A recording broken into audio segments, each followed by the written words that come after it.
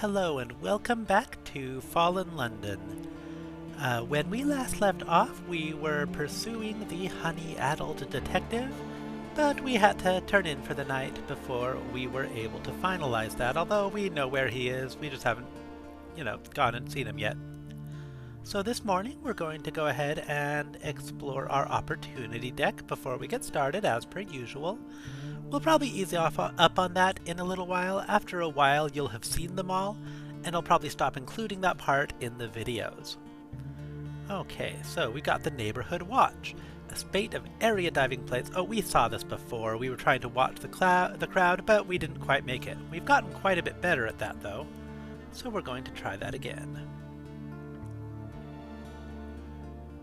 Caught in the act, you single out the suspicious types. A trio of young men linger by a gas lamp. An urchin perches on a lintel. An older gentleman is seized by a consumptive cough and slips deftly into the passage between two houses. Aha! When he emerges, slipping a silver snuff box into his pocket, you're waiting for him with a constable. The burglar's eyes are young, his silver hair a wig. A newcomer to the city, it seems. Well, nothing says welcome to London like a spell in New Newgate. Well, hopefully this one will be as able to free themselves as we were. We got paid in Glim, and we have gained the quality Steadfast. Okay. Same one again. Let's knock it out, but try to take the persuasive route.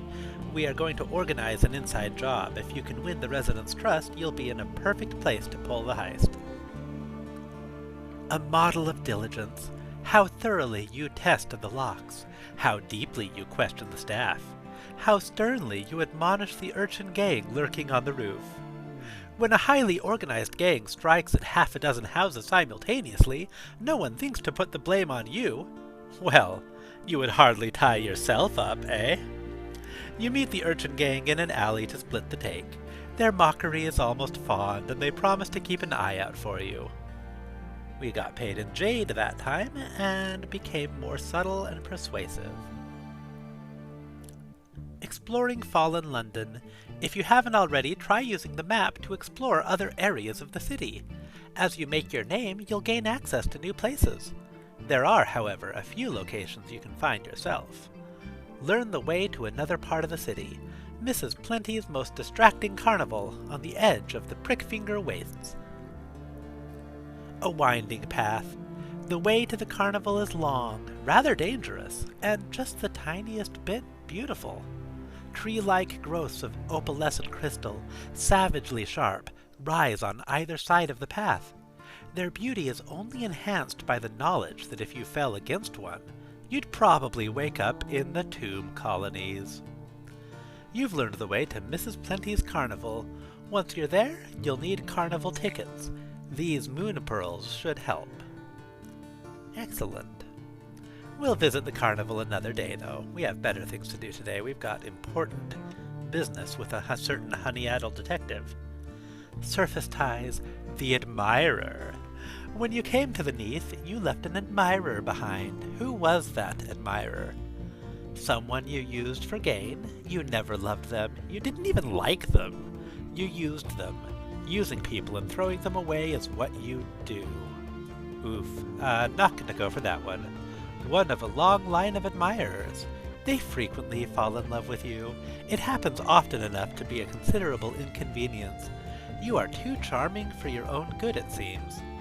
You do try to let them down gently, but that doesn't always work. Or the true love that you had to abandon. You will never forget your love, and you doubt you will ever love another. But you came down here for a reason, and you will not be denied. Let's go for a long line of admirers. Sometimes you think about those who loved you. Many of them were fairly charming, and a few were more than tolerable company. You miss them very occasionally.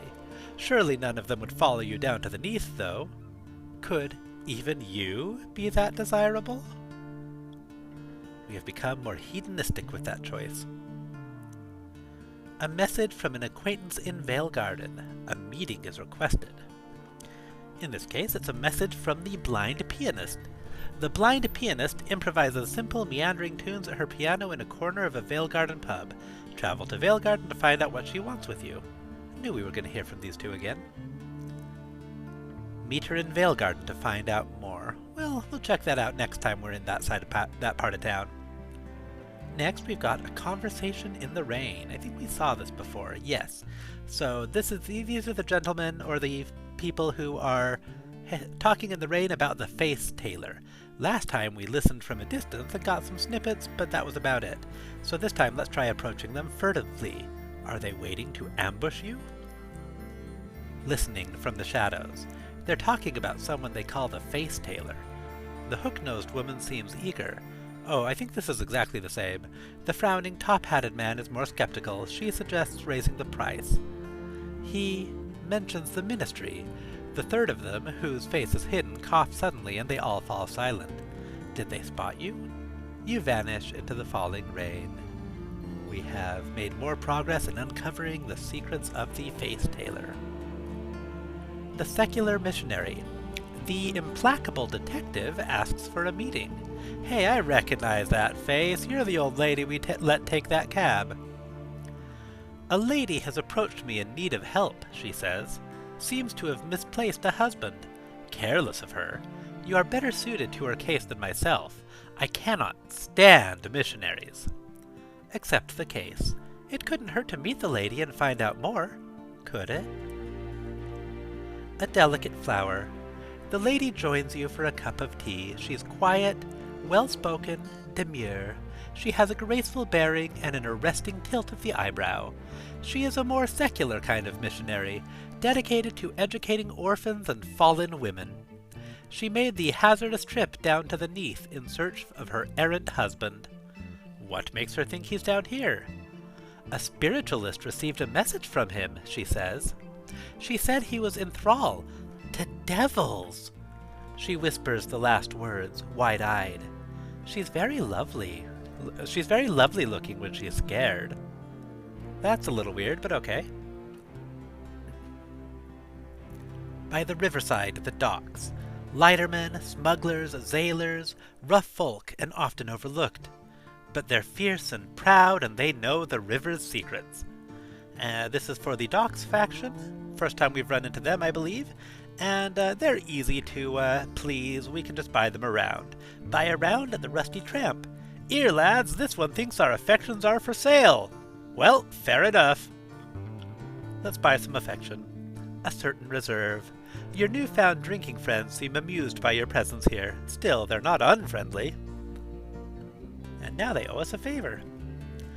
A consideration for services rendered. This is a way to spend a favor with hell, but it requires you to give them a soul, which we don't currently have. Toss that for now.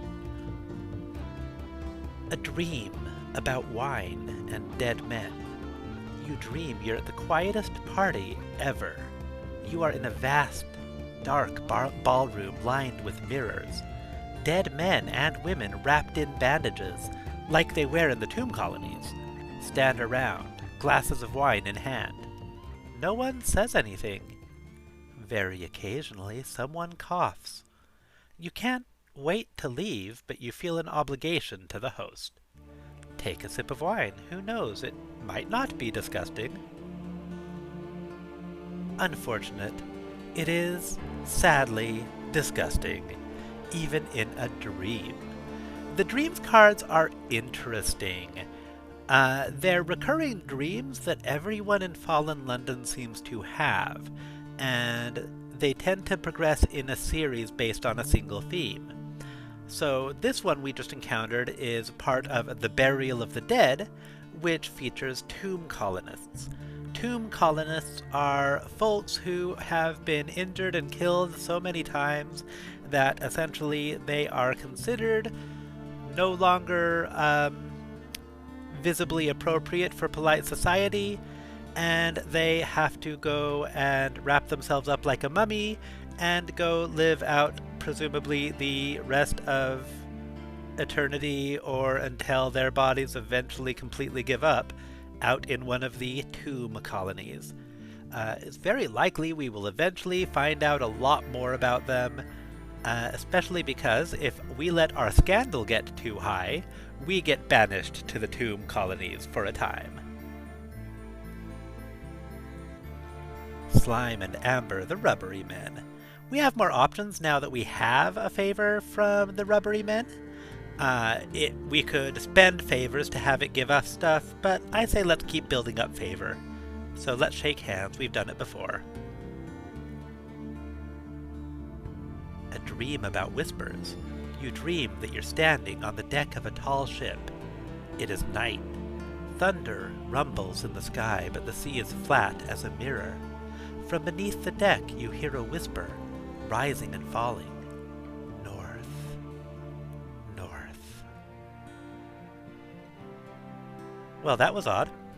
Okay, so now that we have pursued this case enough, I believe we'll be able to... Yes, here we go. Closing the case, the Honey-Addled Detective. Imagine a man of his capacity living on Moloch Street. The inhabitants of Moloch Street are reticent. The detective must have paid them for their silence. But you're certain that's his apartment, there on the top floor, where the candle flame swims behind a window in a green glass lobster pot. We can approach him boastfully, "Sir, you will learn my value very quickly." Or approach him humbly, "Sir, I could learn so much." Kinley hasn't really been the humble type. An audience with a once great man.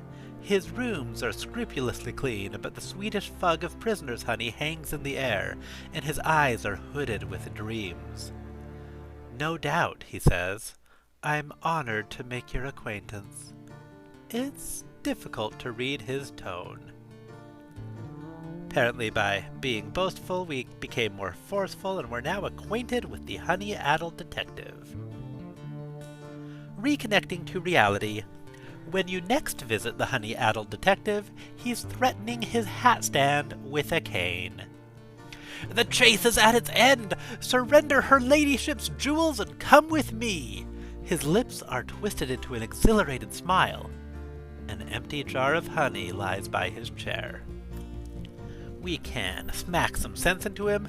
Oh bother, a strong blow should shock him back into a reality. Or we can reason with the detective.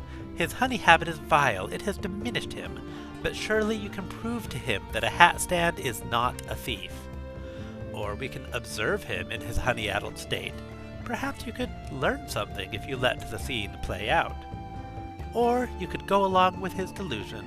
He's lost in a dream. The kindest thing is to make sure it ends happily.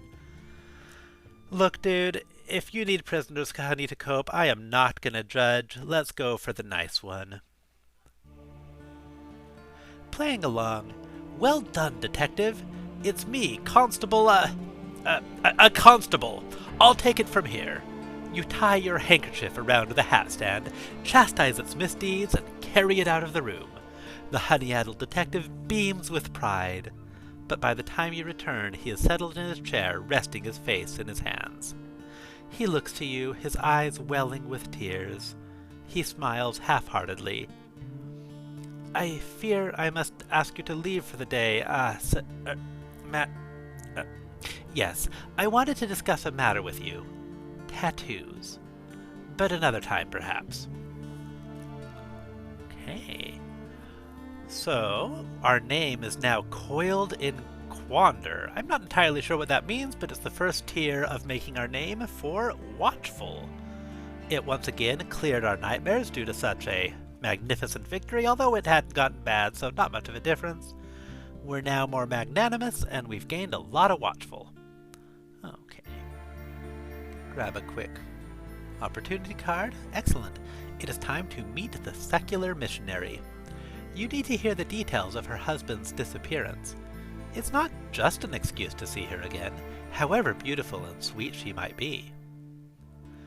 Ask to hear the story in full. You'll need all the information you can get if you want to find him. Or ask her to talk about herself. Yes, the husband. You'll get to that, but all in good time. I say let's go ahead and be a little professional here and ask to hear the story in full. A tale of woe. You take a table at Beatrice's tea parlor and settle down to tea in china cups and little pastel cakes. He has been gone for over a year now, she says. He had been growing distant for a while before that. He was furtive. He hid his letters and would stay up late working in his study. Could he have had a mistress? I think not, but that is just my instinct. I think he was worried about something, but he wouldn't confide in me, and then, one day, he was gone. Thank you for listening to me, she says as you take your leave. She touches your arm briefly.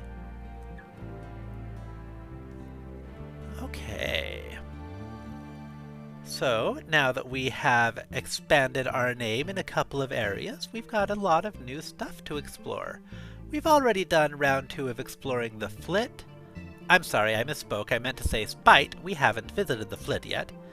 I want to see, I think there's new things at Watchmaker's Hill now that we've done our first big monster hunting contract. Their map glitches out a little sometimes. It's not the best. Okay, so we have got guard duty at the observatory. The observatory staff are blind. This makes their survival next to a marshy morass of monsters all the more challenging. Well, we're going to need to go in our dangerous gear for this one. Offer your services. A guard has fallen ill recently after an unwise mushroom. His dysentery is your opportunity.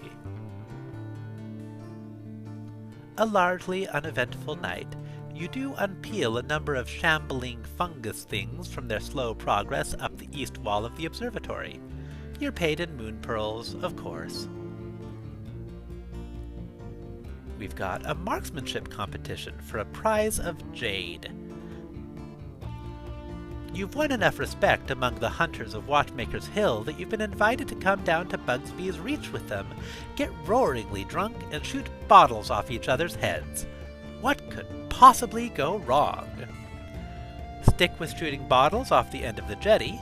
The more sober and gentlemanly of the hunters place sober, gentlemanly bets on a relatively safe form of competition. Or, turn me around, point me at the target, I'll shoot it right off his head. It's probably all right. Everyone puts a bucket over their heads. Buckets are reasonably bulletproof. Let's start with the safe one. A creditable performance, but not enough. They're good shots, your new companions. You suppose if they weren't, they wouldn't last long out here. So failed that, let's take another shot. Even after a drink or two, you're quite a marksman. You collect your winnings and bask in the congratulations of your new companions. And we're rewarded in jade. Let's try the risky one. Oops, it's alright. The bullet only struck him a glancing blow on the shoulder. He'll be fine. But it has rather killed the mood. Well, we can do better. Congratulations! No one has been killed. Furthermore, you've won! Your new companions slap you on the back and press more beer into your hand. You manage to hang on to your winnings and eventually stagger off to wrestle with tomorrow's hangover. All right. Don't want to jump into making your name just quite yet. Want to check and see if we have other interesting options. Let's visit the Medusa's Head. Rowdy times at the Medusa's Head. Rat catchers, spider crushers, and monster hunters drink here. If you want to be anything on the hill, you'll have to prove yourself.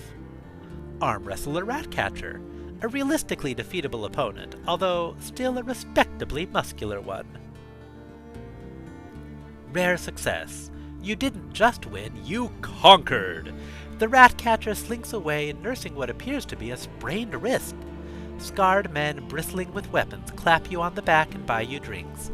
A languid gentleman at the bar sends over a bottle of rather finer wine. He's a talent scout for Fiduci, one of your new friends mutters to you. He won't say any more. You got paid in Moralways 1872, which is presumably a bit snobbier than the usual Greyfields. Arm wrestle a clayman, A much more challenging opponent, claymen are employed in the nearby docks to the work of any 3 normal men, but they're not too bright. Astounding. You took advantage of the poor fellow. You started him before he was ready, you distracted him by singing energetically, and then by pretending injury, and you kicked him under the table. You are cheered and bought drinks. Claymen are not popular. And we can subdue unruly drunks. Ensure the guests behave, pay, and don't throw up on anyone too important. That'll show them. You knock heads together until all the troublemakers are unconscious or have remembered their manners. Got paid in Rosti Gold. Alright, so that's the basics of Medusa's Head. We've got needle wrestling for a prize of Rosti Gold. In smoky, raucous public houses like the Medusa's Head, needle wrestling is popular. Also dangerous, unhygienic, fun, and occasionally profitable. Play it safe, compete against other newcomers using needles that sting, but aren't coated with narcotic poisons. You've won! Well done. Your opponent scowls and mutters and pulls needles out of his forearm. And we got Rosti Gold. We can turn it up a notch and wrestle a professional. Success! You won a needle wrestling match and a substantial prize of Rosti Gold. Okay, pretty basic, nothing exciting there. And we've got Brawl at the Medusa's Head. When the going gets tough, the tough break chairs over each other's heads. You know, I couldn't agree more. Fight. Try to come out on top. You did pretty well there. You dust yourself off and stagger out into the street. You did your reputation some good and learnt some nasty moves. And look, some of your opponents seem to have carelessly lost some of their possessions. We got some Rosti Gold and a bundle of oddities. What's in the bundle? Something sweet. A golden jar. Honey. Taste it and be somewhere else. For a little while. And we can take on all comers, stand on a table and roar to get attention. You're a god of war, or at least of drunken brawls. Those still conscious cower and curse. You go through the pockets of your challengers and stride cheerfully out into the street. What's in the bundle? Something keening. It's going to be those primordial shrieks again. Okay, so that's the basics there. Let's grab a quick opportunity card. An inquisitive spider. A sorrow spider the size of a large kitten scuttles across the floor of your lodgings. For reasons best known to itself, it's carrying a human eyeball. It stops and stares at you. In fact, the eyeball appears to be staring at you. With a horrid start, you realize the eyeball looks very like your own. You reach up to your face to confirm that you still have a full complement of eyeballs, and wake up. Your room is empty. There is no sign of spiders, eyeballs, or gruesomeness of any other kind. And that has begun the "is someone there" recurring dreams. That's it for Medusa's Head. Let's visit the Department of Menace Eradication.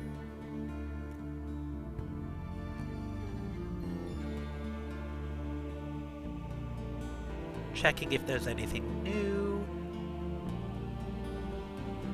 Our next step is to make our name. Contract. Destroy an infestation of sorrow spiders. Applicants should not be troubled by fear of spiders, and should not be overly nice about foul odors. Bring back the legs. Okay, let's take a run at this. It could be worse. They could have said, bring back the eyes. These little charmers sneak into rooms at night and bite the eyes off sleepers. Apparently, so that's an actual thing, and a very reasonable thing to have nightmares about, in my opinion. Apparently they don't attack when you're awake. Unless there's dozens of them. An infestation, for example. The house at the address you've been given is alive with furtive scuttling motion. A blind man begs on the street outside. we'll need to get our running battle quality up to at least 4. This is familiar. This is how they'll do a lot of things, where the target is to get a certain bar up to a certain amount, and you are presented with a variety of ways to fill it. Let's try a straightforward approach. Squash the filthy things. Sorrow spiders are the size of a small cat, and both armored and poisonous. The best way to deal with them, although not the tidiest approach, is to hit them as hard as you can with a hammer. Got one! Squashing a sorrow spider sends yellow-green ichor everywhere. It smells like badly rotting fruit, and they keep wriggling for hours. Still, one down. This might be faster. Track them to their nests. They're wary of lamplight, and fiendishly cunning, but you might be able to work out where a nest is from their movements. Sure, let's try that. We'll switch to our morning wear, which doesn't make much of a difference, and let's see how that goes. No luck. A sorrow spider can squeeze through a hole the size of a plum, disappearing in an instant. They're maddeningly difficult to track. Let's try that again. No luck. Aha! Here, beneath the moldering floorboards, you pour hot wax through the holes. There may be more nests. Eek. That's not very pleasant, but hey, gotta do it. There's more to this. With your ears to the floorboards, listening to the sound of the nests, an improbable truth presents itself. The rhythm of the sorrow spider's whisperings is the same as the muttering of that blind beggar outside. You race to the half-boarded window as the spider's susurrus takes on a warning tone. There he is, vanishing down an alley that leads to a busy thoroughfare. He left his meager begging bowl, though. It holds a chipped relic, a donation from a kind passerby, part of his cover, or something else. Back in the building, the swarm has lost much of its coherence. Individual spiders are scuttling away, though a couple of more determined knots may remain. You wonder how many other infestations like this one are no accident, and how many other ragged beggars are whispering significantly near them. Made significant progress and gained a relic of the 4th city. Horsehead amulets carved from bone and blue glazed potsherds. Okay, let's go ahead, and we need to get this up to 4. We have 3. Let's do the dangerous one again. We don't need a lot. And it might have a secondary one too. Got one! And that's it. Make your name. Turn in a sack of sorrow spider legs. The unattractive but vital proof of your success. This is kind of interesting. It gives us a little bit of leeway with when we want to turn it in. I could keep building up my running battle quality to get a higher chance, but I think 80% is more than enough. Worst case that happens is I have to spend actions building back up, and most likely less than I would spend getting it up to 100%. So, let's go. That'll do. The department is satisfied. You're paid in full. We gained a bunch of Rusty Gold, and got a lot more dangerous. The secret of your success. As you count your Rusty Gold in the department's foyer, a would-be eradicator approaches you. Her coat is too big, and her pistol too small. Been watching you fight. Where do you learn all that, then? Our options are the School of Hard Knocks. It is taught on alley corners by lamplight. Its methods are brutal and simple. Put your enemy on the cobbles by whatever means necessary. The forms of the tomb colonies. In Venderbite, it is said, Venderbite is one of the biggest tomb colonies, duelists smile as they kill. They favor politeness, thin swords, and long-barreled pistols. The Adventurous Correspondence Course. She is a soldier, an explorer, and a mercenary. Her course is intensely practical, focusing as much on travel and wilderness survival as defense. Or an amalgam of your own invention. You employ the most effective techniques of a multitude of martial traditions. So we got kind of a street brawler, formal duelist, or an adventurer! We've got to go for that one. Modern archaeology. you show the young lady this month's installment of the course. It is entitled Among the Bones of Giants, the Discovery, Exploration, and Pillage of Ruins, Abandoned or Otherwise. The illustrations delight her. Here's a diagram showing how to use dynamite to uncover an ancient tomb. Here's another showing an efficient formation to repel the tomb's sword defenders while you loot it. I adore the idea of learning to fight from an adventurer's correspondence course. That's just utterly beautiful. Significant gain to dangerous, significant gain to dashing. Excuse me, I meant to say to daring, but our hedonist has dropped down a little. Okay, so that is it for round 2 of making our name as a hunter. Let's go and visit Veilgarden next. I know if nothing else, the blind pianist wants to talk to us. And there should be a bunch of new activities that we can explore here since we did unlock round 2. To start with though, working with the blind pianist. The blind pianist improvises simple meandering tunes at her piano in a corner of a Veilgarden pub. You can speak to her at the end of her set. A meeting at Moloch Street. The blind pianist can no longer afford to be seen around Moloch Street Station, the first step on the journey to hell. Because, by the way, yes, you can take the train to hell. Could you meet someone there, on her behalf? Or we could speak to the sallow Spirifer about this. He keeps a close eye on the blind pianist. He would no doubt be interested in this development.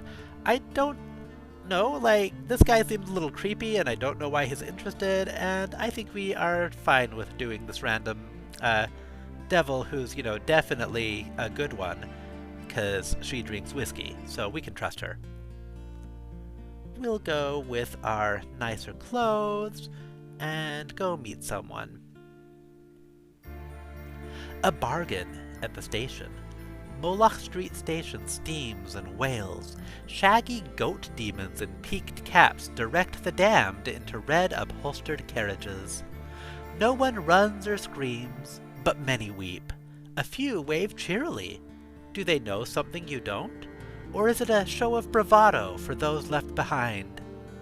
Around the station, women in black dresses buy and sell from handcarts and baskets. They trade in the possessions of those departing: hats, snuff boxes, gloves, fountain pens. The things one can live without on a long journey. You spot the woman the blind pianist told you about, hawking a basket of wedding rings and diaries. She catches your eye. "Tell the pianist it's possible," she whispers. "Happened once in the 4th city, to my knowledge. But nobody's been brought out of hell in centuries." You'll receive another message from the pianist in your hand soon. Excellent, making progress there. Seems you want to get someone out of hell. That has to be an admirable objective, right? I don't see any problem helping her with that. Let's see what's new to do around here. Let's visit the honey dens of Veilgarden. We deserve a little treat. The honey dens of Veilgarden, you deserve a little treat. Life is so effortful. You've learned a number of honey dens in the back streets of Veilgarden, where you can lie on a quiet couch and be transported to extraordinary places. Different dreams will be available on different occasions. Sample prisoner's honey. The newest sin to grip fallen London. Taste it and be lost.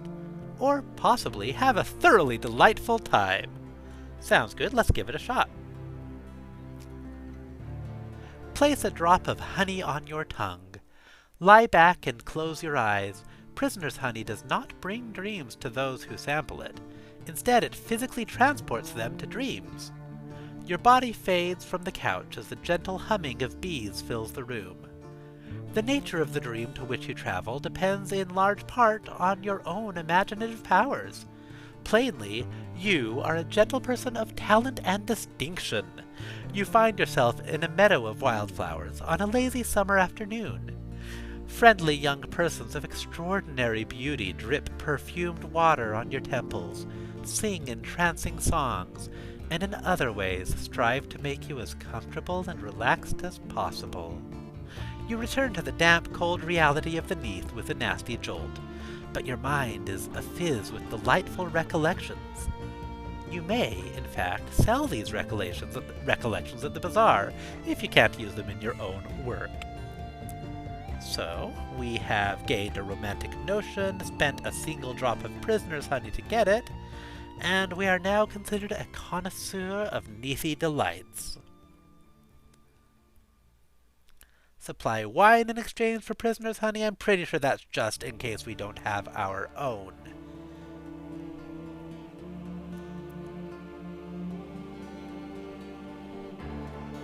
We can go to pursue that charming heiress or that jewel thief that didn't join in that party that other time. That's a bit more of an involved project, though, as indicated by the copper background, same as the making your name, so I'll pass on that until we've finished exploring all the other options. Let's play decoy for a street magician. While all eyes are on you, the magician's other assistant will pass through the crowd, lifting wallets while attention is elsewhere. I love it. My watch? That's not my watch. You shake the pocket watch in the magician's face. He protests that, certainly, that watch is the same one he caused to disappear. The crowd titters expectantly. A rousing success. You and the magician eventually come to well-rehearsed blows. The crowd is delighted, and a shadow moves among them, lightening their pockets. Afterwards, you are awarded your share. Got some glim, some moon pearls, and some surface currency. We can chat with the Duchess's private secretary. The Duchess' secretary has a honey habit? See if you can get him to open up. He must know some fascinating secrets. He shuts his mouth like the lid of a box. Perhaps he'll be more talkative another time.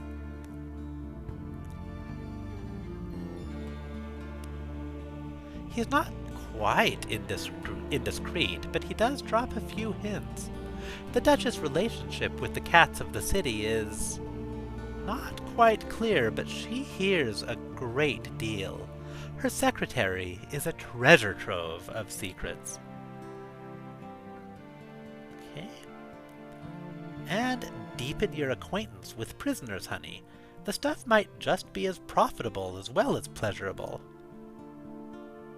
Take notes on your experiences. You can read them later to your associates, who will no doubt be suitably impressed. You place a drop of honey on your tongue, lie back and close your eyes, pen and notebook close at hand. Prisoner's honey does not bring dreams to those who sample. Instead, it physically transports them to dreams. Your body fades from the couch as the gentle humming of bees fill the room. So this is exactly the same, it's just another way to access that card, it looks like. Whoops.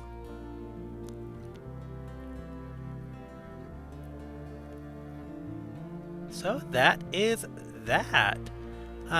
We've got a couple of actions yet left. We'll go ahead and spend one on this card. Park and Palace, Society, Riches, Power, Beauty, Refinement, the Great, if not necessarily the Good. So this is the faction card for Society, who are of course the nobles and aristocracy of fallen London. Nip an inconvenient rumor in the bud. There are whispers about a certain lawyer's rubbery interests. If this reaches the ears of Slowcake's editors, the damage to their reputation may be irreparable. Well, we've got to help them out then. An oath at midnight. All traces of the rumor can be traced to one individual. You catch them outside the door to their home one late evening, as they whistled For Want of Trousers from The Painted Youths of Somerset, a Merry Farce. No, you don't want their golden rings or jeweled brooches. You want their silence. The lawyer pales, covers their mouth, before asking if you intend to steal their tongues. The very idea of it is enough for them to promise their silence. That gained us a favor with society. We had to spend some incendiary gossip on it, though, and It gained some suspicion since that was definitely on the illegal side. So that is where we'll call it for today. We've explored Veilgarden.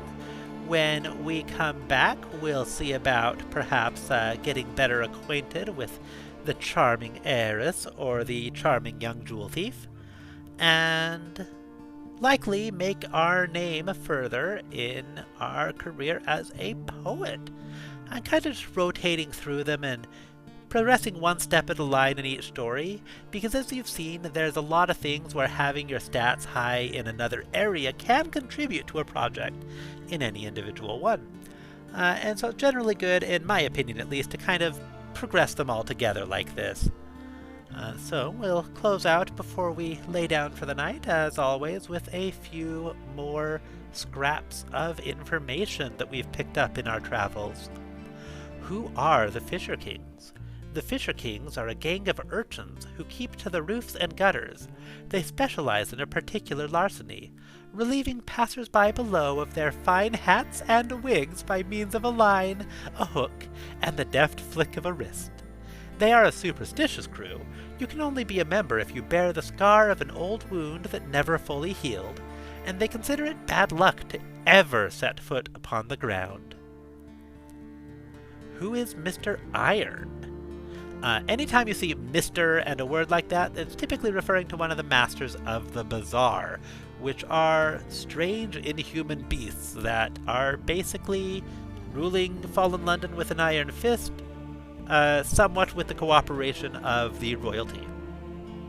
Tools, printing presses, guns, steam engines, taxes from trade in these are payable to Mr. Iron. They say it never speaks, but can write with both hands simultaneously.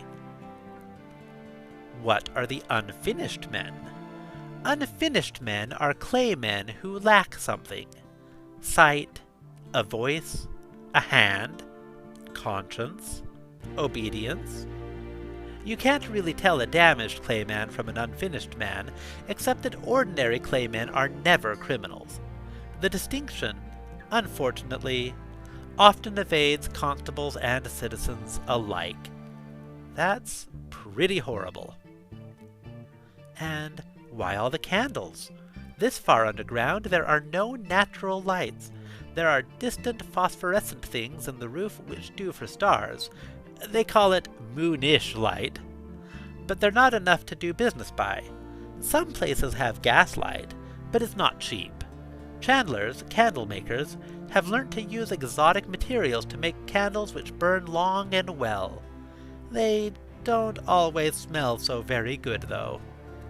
And while we read that, we got one last opportunity card we're going to grab real quick. The Demimonde Bohemians. This is another faction card we can't do anything with right now. The Bohemians are the folks that hang around in Veilgarden, the artists and poets and lovers. So that is it for this day in Fallen London. We are establishing our presence here, building up our reputation in a few ways. Fairly soon we will want to pick an ambition. Thank you very much for joining us, and we'll see you next time.